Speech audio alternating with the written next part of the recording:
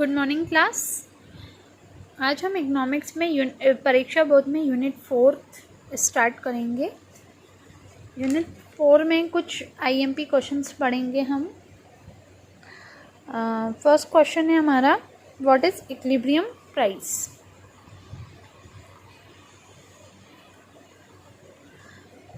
The price at which the demand and supply of product is equal. Equilibrium price क्या होती है? जहाँ price मतलब कि जहाँ की डिमांड और सप्लाई इक्वल हो, डिमांड और सप्लाई इक्वल हो। The price at which demand and supply of product is equal. अब मैं आपको एक डायग्राम के थ्रू समझाती हूँ। जैसे कि ये एक डायग्राम है, ये डिमांड है और ये सप्लाई का रेशो लाइन है। ये डिमांड की लाइन है और ये सप्लाई की लाइन है। ओके, तो ये जो जब डिमांड और सप्लाई दोनों जब इक्वल होते हैं, मतलब इक्वल पॉइंट पे मिलते हैं, तो हम उसको इक्विलिब्रियम बोलते हैं। उसको इक्वल होता है, उसको क्या बोलते हैं? इक्विलिब्रियम। इक्विलिब्रियम का मतलब यही होता है। ओके, नेक्स्ट क्वेश्चन हम पढ़ेंगे, व्हाट द कॉजेज ऑफ। ऐसे क्या क्या कारण होते हैं कि जिससे डिमांड चेंज हो जाती है। डिमांड कैसे कैसे चेंज हो जाती है? जैसे कि किसी की कंज्यूमर की इनकम चेंज होगी तो उससे डिमांड पे फ़र्क पड़ेगा। अगर कंट्री की पॉपुलेशन बढ़ रही है या कम हो रही है तो उससे डिमांड पे इफ़ेक्ट होगा। लोगों की हैबिट्स, इंटरेस्ट या इनकम, इन तीनों चीज़ों से डिमांड पे फ़र्क पड़ेगा। Change in available of substitute goods. अगर जैसे कोई भी गुड्स है, उसके ही जैसा दूसरा गुड्स अगर मार्केट में आ जाएगा तो भी डिमांड पे चेंजेस आएंगे। और change of price of related goods. अब जैसे टी और कॉफ़ी रिलेटेड हैं, अगर कोई टी नहीं पीता तो कॉफ़ी पी सकता है। अगर टी की प्राइस बढ़ जाएगी तो कॉफ़ी की डिमांड बढ़ जाएगी। मतलब रिलेटेड गुड्स के कारण भी डिमांड पे फ़र्क पड़ता है। Okay, now next question is define perfect competition. Perfect competition वो होता है जहाँ एक साथ बहुत सारे लोग सेम प्राइस पे सेम थिंग मार्केट में सेल करते हैं। और फिर परफेक्ट कंपटीशन मतलब more buyer and more seller purchase and sell product at same time same things. According to the professor Marshall के हिसाब से है, the more nearly perfect market is a stronger tendency for the same price to be paid for the same thing.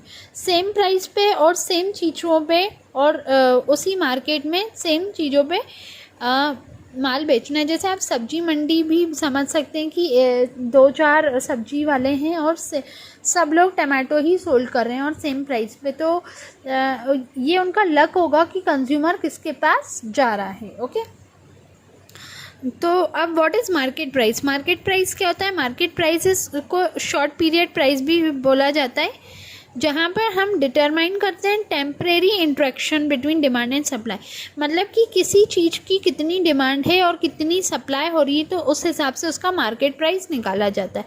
Market price को temporary price भी कहा जाता है। अब नॉर्मल प्राइस क्या होता है? नॉर्मल प्राइस एक long term price of any commodity. किसी भी कमोडिटी के लिए लॉन्ग टर्म का कोई प्राइस डिसाइड करना, तो उसको हम नॉर्मल प्राइस में कैलकुलेट करेंगे। It is determined with the interaction. ये भी कैसे डिटरमाइन किया जाता है? जैसे कि मार्केट प्राइस डिटरमाइन करते थे intersect between demand and supply, वैसे ही नॉर्मल प्राइस को भी इंटरसेक्ट करते हैं डिमांड और सप्लाई में। ये एक इमेजिनरी प्राइस होती है, मतलब कि जो कि हम सोचते हैं, और and is not found in actual life. Actual life में जो फाउंड नहीं हो पाती। जैसे हम कोई भी चीज़ मार्केट सोच के जाते हैं कि ये इतने की आएगी, हम इमेजिन कर लेते हैं, पर वो एक्चुअल में वो इतने की नहीं होती है।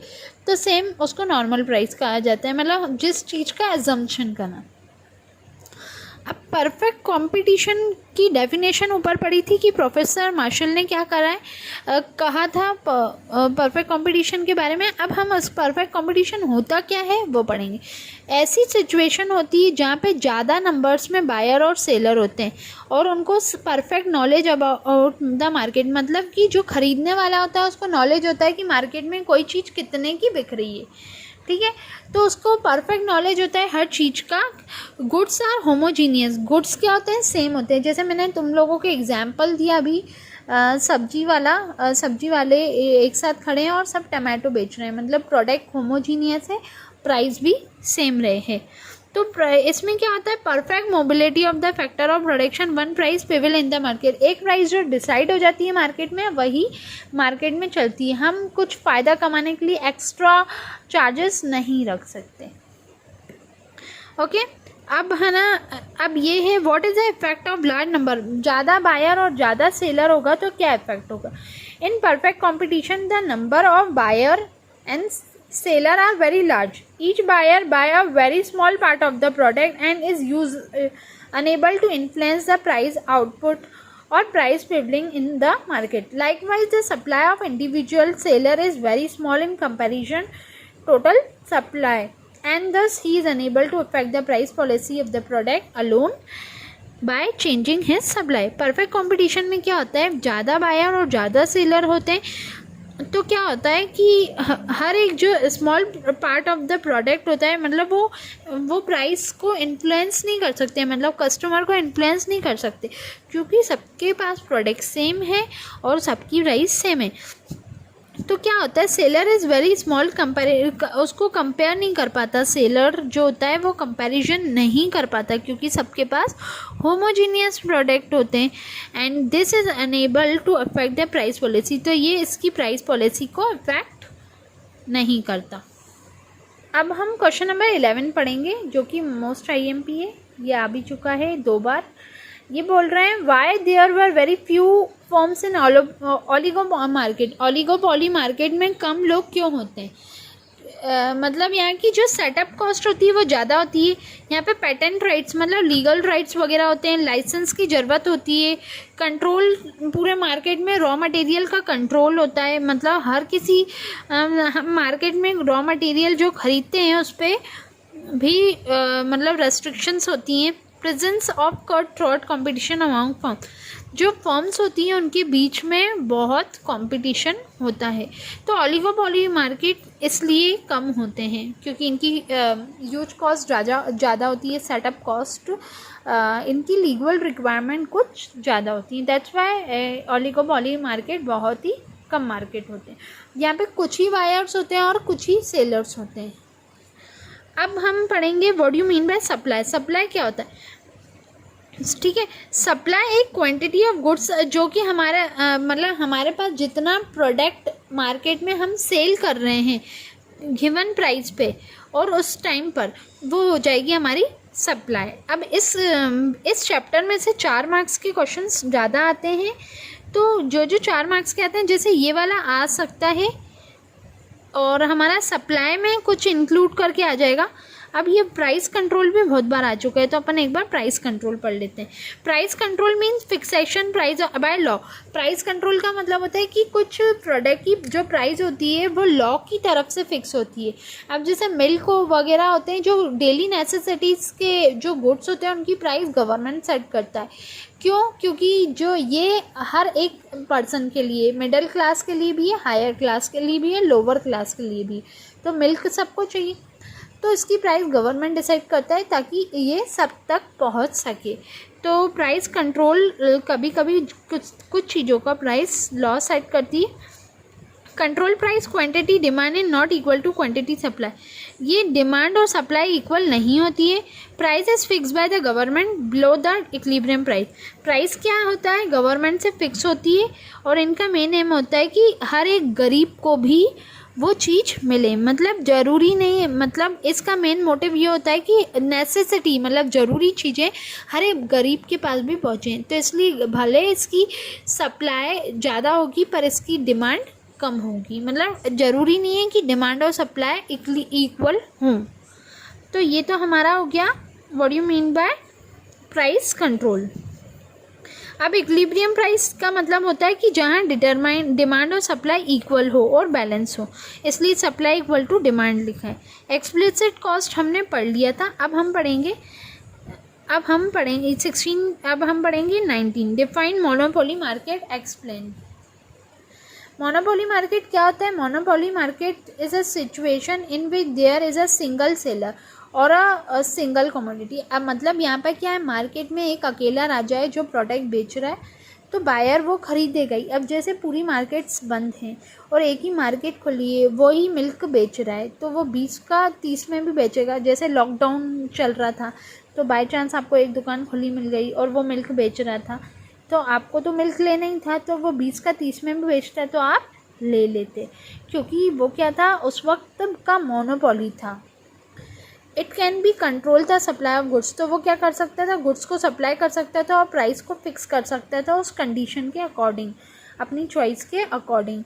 तो ये होता है हमारा मोनोपोली। अब ओलिगोपोली क्या होता है, जहाँ पे कुछ ही फ्यू प्रोड्यूसर होते हैं और सेलर होते हैं जो कि डील करते हैं होमोजीनियस, मतलब सेम प्रोडक्ट पे भी और डिफरेंट प्रोडक्ट के भी।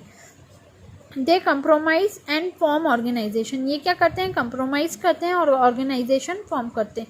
द पर्सन और the organisation who produce the maximum generally fix the price, ये क्या करते हैं, organisation produce the maximum generally fix the price. अब ये अपनी प्राइस को भी फिक्स करते हैं। ओके, और अब हम पढ़ेंगे, और ये ओलिगोपोली भी आप लोग पढ़ना, जो जो मैं टिक लगा रही हूँ ना वो पढ़ लेना। जैसे आप लोग ये पढ़ोगे, उसके बाद प्राइस कंट्रोल पढ़ लेना, इक्विलिब्रियम प्राइस पढ़ लेना, मोनोपोली पढ़ लेना, ओलिगोपोली पढ़ लेना, और ये मोनोपोलिस्टिक कंपटीशन पढ़ा रही हूँ वो पढ़ना। In the market situation in which there are many seller of particular product, monopolistic competition में ऐसा होता है कि जहाँ पे बहुत सारे सेलर होते हैं, कुछ पर्टिकुलर प्रोडक्ट को सेल करते हैं। Each seller is the same way differentiate in the mind of consumer in product of every seller in the Midway situation between perfect, ये परफेक्ट कंपटीशन की और मोनोपोली की जो मिड सिचुएशन होती है ना, उस टाइप का होता है कि ना परफेक्ट कंपटीशन है कि जहाँ सेम प्रोडक्ट बिके हैं और सेम प्राइस पे, ये वो नहीं है। मोनोपोली में क्या होता है कि एक ही सेलर है, ये वो भी नहीं है। इन दोनों की जो बीच सिचुएशन होती है वो होता है हमारा मोनोपोलिस्टिक कंपटीशन, जहाँ पे क्या होता है कि सेलर जो होते हैं पर्टिकुलर प्रोडक्ट के लिए ज़्यादा, मतलब देयर आर मैनी सेलर, बहुत सारे सेलर होते हैं और वो पर्टिकुलर प्रोडक्ट को बेचते हैं सेम वे में, जैसे कि हमारे मोनोपोली या परफेक्ट कंपटीशन में किया जाता है। तो आप लोग इतना आप लोग अभी कर लो, उसके बाद मैं लॉन्ग आंसर्स इसके नेक्स्ट वीडियो में समझाऊंगी, शॉर्ट आंसर्स। तो शॉर्ट आंसर्स में जो जो बताऊंगी वो अच्छे से याद कर लेना। अभी आप वेरी शॉर्ट अच्छे से याद कर लो। Okay, thank you class.